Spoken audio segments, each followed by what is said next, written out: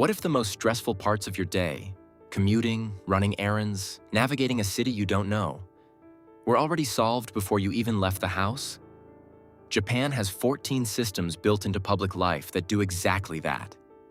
They don't ask you to change your behavior. They just remove the problem before it becomes one. A heated seat that's already at the right temperature. A card that pays for your train, your coffee, and your groceries without you pulling out your wallet. Each one is a small decision you no longer have to make. Number 1. Suica and Pasmo IC cards for transit and everyday payments. You're running late, you hit the turnstile, and now you're digging through your bag for cash while the person behind you sighs and the train sits on the other side of the platform with its doors open. Suica and Pasmo are IC cards that store a balance on a chip, and you tap them against a reader as you walk through the gate at full speed. No stopping, no confirmation screen, no transaction to approve. The gate opens and you keep moving. The same chip works at convenience stores, vending machines, taxis, and station lockers, so you're not carrying a separate card for each system. One tap covers all of it. Number 2. Heated toilet seats with bidet functions. Most bathroom discomforts are so predictable that it's weird more places haven't fixed them. Cold seat in winter, no real way to clean up, a fan that's loud but doesn't actually cover anything. Japan just decided to solve all of it at the hardware level. Heated toilet seats are standard in most Japanese homes, hotels, and public restrooms, and they hold a consistent temperature automatically, so you're not bracing for cold plastic at 6 a.m. The bidet function runs a water stream that adjusts in both pressure and angle, controlled by a side panel with clearly labeled buttons that a first-time user figures out in under a minute. Number 3. Convenience stores that handle bills, tickets, and banking services. Think about how many separate trips it takes to pay a utility bill, pick up a concert ticket, send a package, and grab lunch. In most cities, that's 4 different locations and probably most of your lunch break. In Japan, it's one stop. Japanese convenience stores run full-service terminals that handle bill payments, government document printing, ticket purchases, and money transfers, and the machine runs around the clock without an appointment. Number 4. Takuhaiben luggage forwarding services. Dragging a heavy suitcase up subway stairs, through crowded platforms, and onto packed trains is just accepted as part of travel in most places. Japan built a system called Takuhaiben specifically to take that problem off your hands. You drop your bags at a convenience store counter, a hotel front desk, or an airport pickup point, and they arrive at your next destination the following day. So you can send your suitcase to your hotel before you even check in and spend a full day walking around unburdened, hands completely free. Number 5. Coin lockers at train stations and shopping centers. By noon, your hands are already full, and now every choice for the rest of the day runs through the question of what you can physically carry. Coin lockers at Japanese train stations and shopping centers come in multiple sizes, from small enough for a day pack to large enough for full luggage, and they're placed right at the entrances and exits where you actually need them. Number 6. Highly punctual trains and public transportation. Every time a train runs late, you run a small mental calculation. Do I have time to grab coffee? Should I call ahead?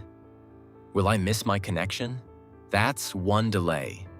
Multiply it across a year of commuting, and it adds up to a real amount of wasted mental energy. Japanese trains run with average delays measured in seconds per trip, and rail companies track that number, publish it, and issue public apologies when they miss their own standard. That's not a reputation. It's an operational target they're held to. Number 7. Train platform queue markings for orderly boarding. When a train pulls in and there's no system, everyone crowds the doors at once. People trying to exit can't get out. Boarding slows down, and the train sits there longer than it should. Japanese train platforms have painted or tiled markers on the floor showing exactly where each door will stop. You line up behind your marker. The people exiting come out first, and then the 2 lines on either side of the door fold inward to board. Nobody announces this.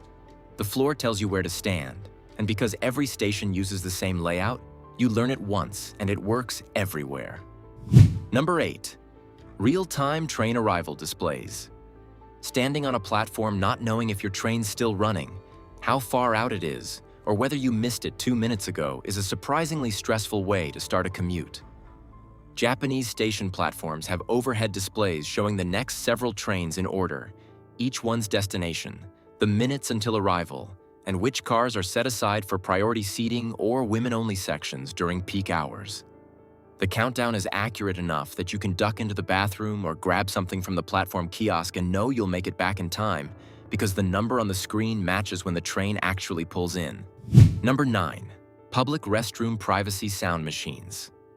Public restrooms have a sound problem that most countries just leave unsolved. The walls are thin, other people are right there, and that awareness changes how you use the space in ways nobody really talks about out loud. Japan built a device called the otohime, which translates to sound princess, and it's mounted inside the stall. You press a button and it plays a flushing sound loud enough to cover whatever's happening. No water involved at all. Before the otohime existed, people flushed the actual toilet repeatedly just to get that masking noise, which burned through a lot of water every single visit.